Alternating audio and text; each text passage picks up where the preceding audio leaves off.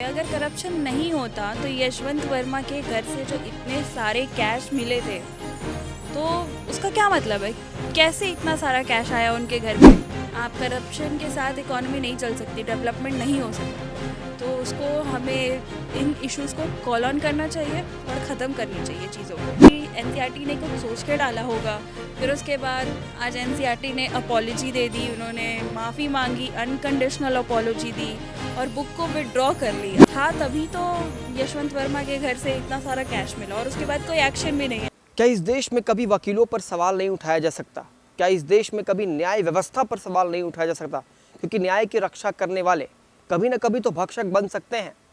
ऐसा ही कुछ हुआ जब 8वीं कक्षा में, एनसीईआरटी के 8वीं कक्षा में एक चैप्टर पढ़ाया जा रहा था, करप्शन इन जुडिशरी। तब सुप्रीम कोर्ट ने स्वतः संज्ञान लेते हुए ये कहा कि इस दुनिया में ऐसा कोई नहीं है जो जुडिशरी पर सवाल उठा सके।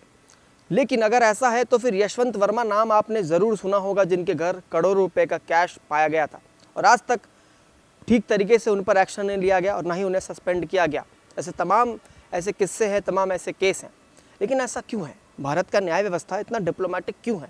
ये हम लोगों से समझने की कोशिश करते हैं कि क्या पूरा माजरा है और किस तरीके से जो है सुप्रीम कोर्ट ने स्वतः संज्ञान लिया एनसीईआरटी में करप्शन इन जुडिशरी नहीं पढ़ाने को लेकर, और अभी क्या ताज़ा अपडेट है उसके ऊपर। नमस्कार मैम, क्या नाम है आपका? श्रेया।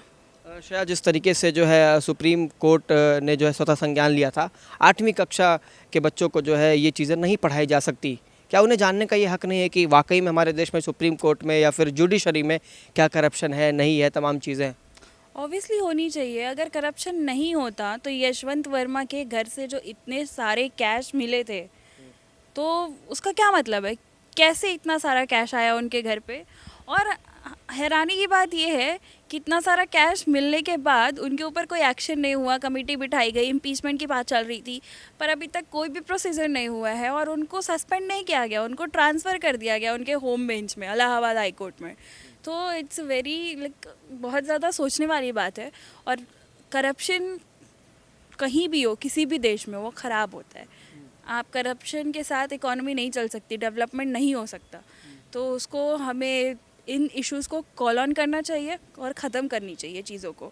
और ऑब्वियसली मुझे लगता है कि चैप्टर में वो चैप्टर के सेक्शन के सब सेक्शन था, थोड़ा सा पैरा था, बट सुप्रीम कोर्ट ने स्वतः संज्ञान लिया। अब क्या चीज़ इतनी रैटल करी?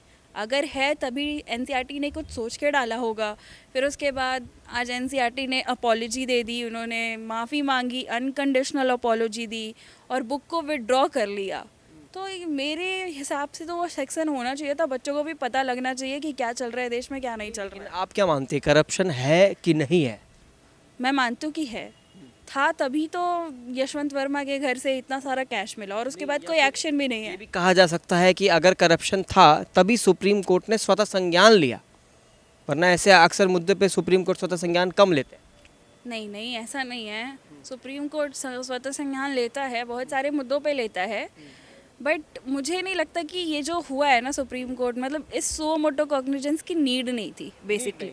हाँ, नीड नहीं थी, क्योंकि बच्चों को जानकारी मिलनी चाहिए कि हमारे देश का जो जुडिशियल सिस्टम है, जो न्याय व्यवस्था है, जो न्याय के रक्षक हैं, वो कैसे है, कैसा काम करते हैं, किस किस तरीके से लोगों को न्याय मिलता है। बच्चे हमारे देश के भविष्य है ना, जैसा बोला जाता है, तो उनको सब चीज़ों के बारे में पता होना चाहिए। तो ऑब्वियसली ये चैप्टर का जो सब सेक्शन है होना चाहिए था। इसमें कुछ बुरी बात नहीं थी, इतना बड़ा इशू बन गया, बनना नहीं चाहिए था, क्योंकि इसमें कुछ इतना बड़ा इशू बनाने जैसा था नहीं। आप देख रहे हैं सौगंध टीवी, सौगंध वतन की।